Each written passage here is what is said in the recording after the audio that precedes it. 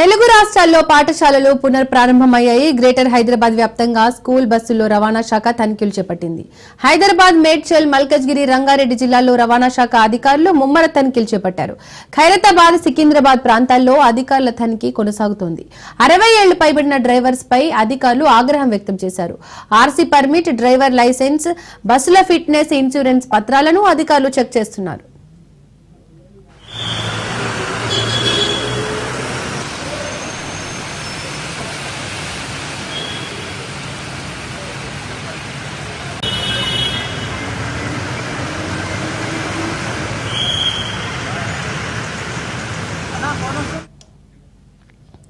తెలుగు రాష్ట్రాల్లో పాఠశాలలు పునఃప్రారంభమయ్యాయి. గ్రేటర్ హైదరాబాద్ వ్యాప్తంగా స్కూల్ బస్సులో రవాణా శాఖ తనిఖీలు చేపట్టింది.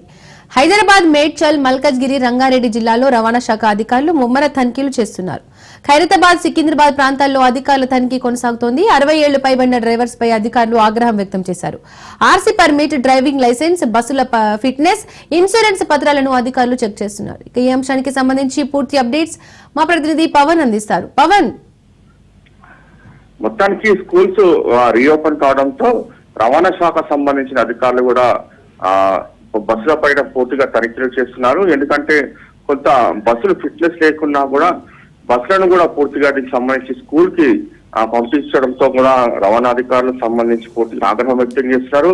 ముఖ్యంగా బస్సుకు సంబంధించి ఫిట్నెస్ కావచ్చు, అంతేకాకుండా దానికి సంబంధించిన ఆర్సీ పూర్తిగా ఉందా లేదా, ఫిట్నెస్ సంబంధించిన విషయంలో పూర్తిగా జాగ్రత్తలు తీసుకుంటారో లేదనే దానిపైన కూడా రెండు తెలుగు రాష్ట్రాల్లో కూడా అధికారులు తనిఖీలు చేస్తున్నారు. ముఖ్యంగా చూస్తే హైదరాబాద్ లో మేడ్చల్, శంషాబాద్ తదితర ప్రాంతాల్లో కూడా ఈ యొక్క రవాణా శాఖకు సంబంధించిన అధికారులు కూడా పూర్తిగా తనిఖీలు చేస్తున్న పరిస్థితి కూడా మనం చూస్తున్నాము.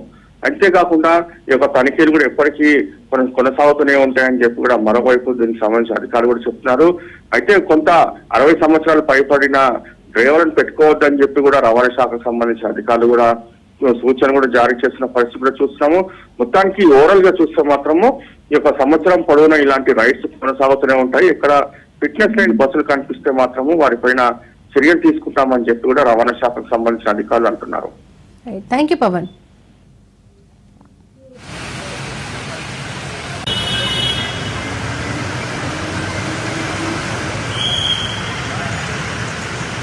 అన్నా ఫోన్ వస్తుంది.